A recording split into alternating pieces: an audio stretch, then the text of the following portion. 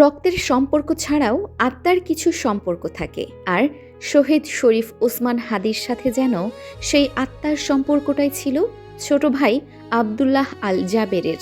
জীবনে প্রতিটা মানুষ স্বপ্ন দেখে এমন একজন ছোট ভাই কিংবা বন্ধু পাওয়ার।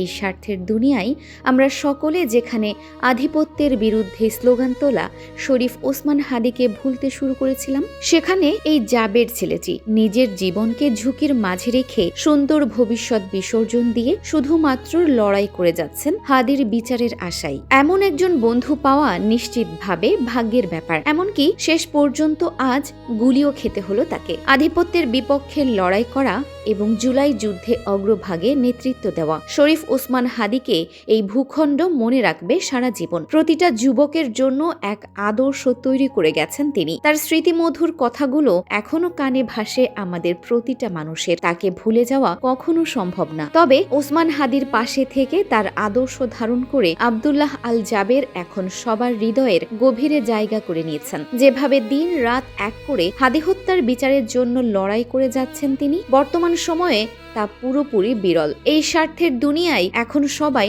নিজের ভালোটাই বেশি বোঝে। এমনকি হাদির পরিবারকেও খুব একটা বেশি সক্রিয় দেখা যায়নি তার হত্যার বিচার আদায় করার জন্য। কিন্তু শুরু থেকে আজ অবধি প্রতিটা মুহূর্তে এই জাবের ছেলেটি রাজপথে থেকে মৃত্যুর ভয়কে উপেক্ষা করে স্লোগান তুলে গেছেন। এমনকি প্রধান উপদেষ্টার বাসভবন ঘেরাও করার পর তাকে গুলিও খেতে হয়েছে। তবুও দাবি আদায় করে নেওয়ার জন্য আবার রাজপথে নেমেছেন। যে কোনো মূল্যে হাদি হত্যার বিচার আদায় করতে চান তিনি। এটাই প্রমাণ করে এক ভাইয়ের জন্য আরেক ভাই জীবন দিতেও প্রস্তুত। জাবের যে নজির স্থাপন করছেন সেটা ইতিহাস হয়ে থাকবে এই বাংলাদেশের রাজনীতি ও সামাজিক জীবনযাপনে। এমন বন্ধু বা ভাই পাওয়া সত্যি ভাগ্যের ব্যাপার। যেখানে নিজের পরিবারের সদস্যরা আমাদের মৃত্যুর কয়েকদিন পর ভুলে যায়, সেখানে আব্দুল্লাহ আল জাবের আজও হাদির জন্য রাস্তায় কান্না করেন। এখান থেকে পরিষ্কার, রক্তের সম্পর্কের চেয়ে কিছু ক্ষেত্রে আত্মার সম্পর্ক আরো বেশি গভীর হয়ে ওঠে। জাবের মানে একজন ছোট ভাই, একজন সাহসী সৈনিক, একজন খাঁটি বন্ধু